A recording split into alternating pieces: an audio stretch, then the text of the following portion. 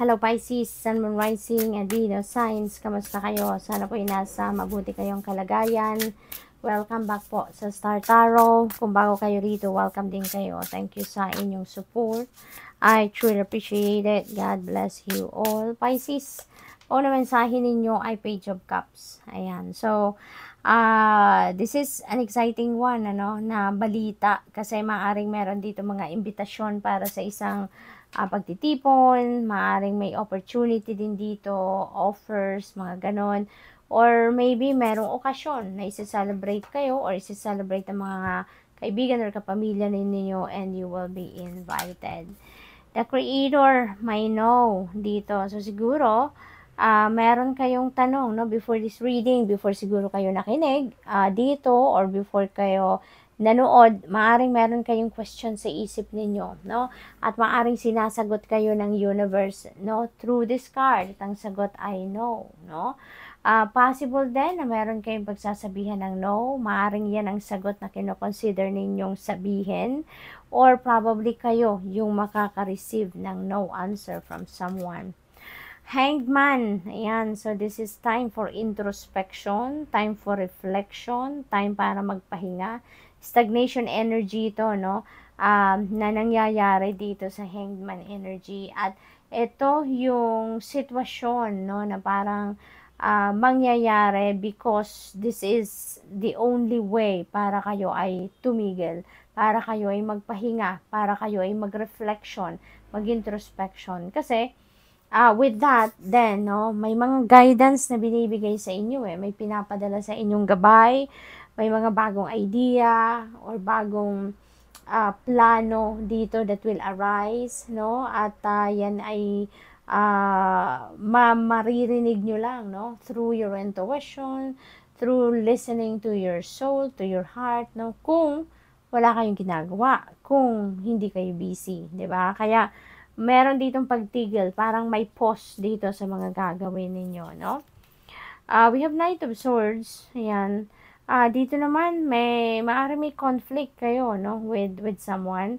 Maaaring meron kayong hindi pagkakaintindihan dito with another person. So, parang tensyonado, ang sitwasyon dito. Parang, minsan siguro, yung temper ninyo, tumataas, bumababa, yung mga ganon. Yung pakiramdam ninyo, at some point nagagalit, tapos humuhupa, tapos magagalit na naman, maalala nyo na naman, yung ganon. What else? We have Ace of Pentacles. So, napakagandang energy ito, lalo-lalo na pagdating sa inyong kaperahang aspeto. Okay? This is a prosperous and abundant energy. Meron ditong parating na mga financial offers, financial opportunities. Meron ditong paparating na mga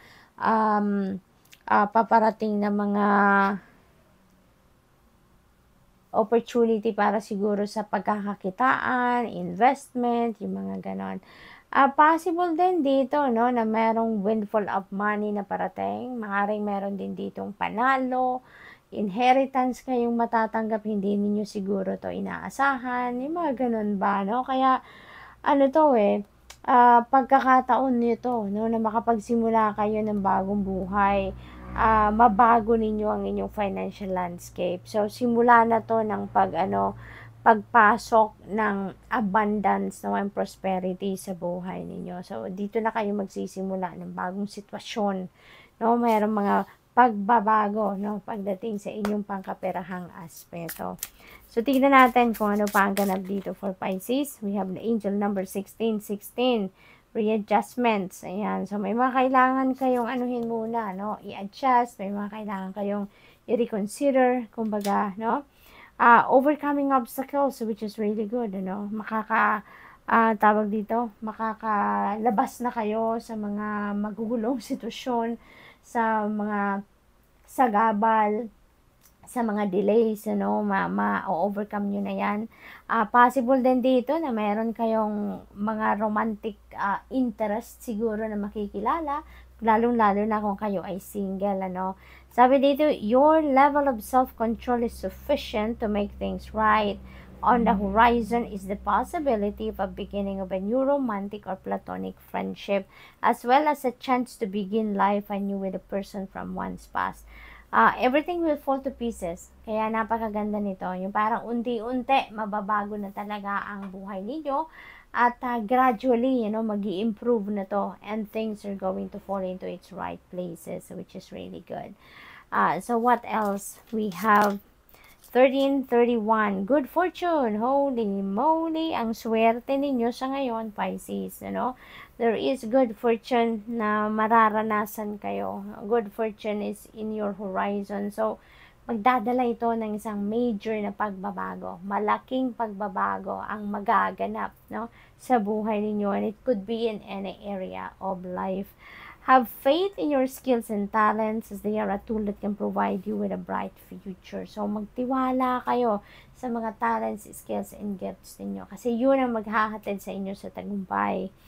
A piece of a good advice, a moment of enlightenment, or a comforting message is on its way. So, everything will work out in your favor. So, napakaswerte ninyo sa ngayon, sa una siguro, may mga delays, may mga blockages, may mga problema, may mga obstacles. Pero, as the day go by, unti-unti, gradually, magbabago na ang inyong sitwasyon. Unti-unti, mapapansin ninyo na everything is falling into its right place na. Kaya lahat ng mga ginagawa ninyo parang smooth sailing na, So, good luck, and that's all I have for you for today. Thank you for watching. Love and light. Namaste.